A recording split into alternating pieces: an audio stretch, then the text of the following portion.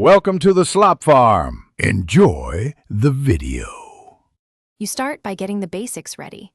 Charge the Vortex above 50% and remove any SD or SIM cards to avoid confusion. Make sure you know the Google account and screen lock. You will need them after reset. Now power the phone fully off. Once off, press and hold volume up and power together until the recovery menu appears. You're initiating the low-level access where the factory reset options live, so keep the buttons held until you see text on screen. Once in recovery, use the volume keys to move through options and the power button to select. Navigate to wipe data/factory reset and choose it. You'll see a confirmation, accept it to begin. This clears user data and returns system settings to defaults, which is why accounts and pins are removed. The phone will show progress and may take several minutes. Do not disconnect power or press random buttons. When the wipe completes, you'll see a success message and the option to reboot the system. After the wipe, select Reboot System Now.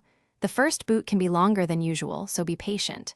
When it restarts, follow on-screen setup steps and sign in with the original Google account. If factory reset protection prompts you, that's why you noted it earlier.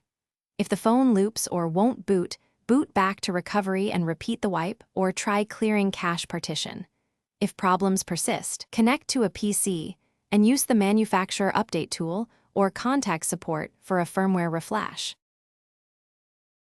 Thanks for watching. Consider subscribing if we helped you today.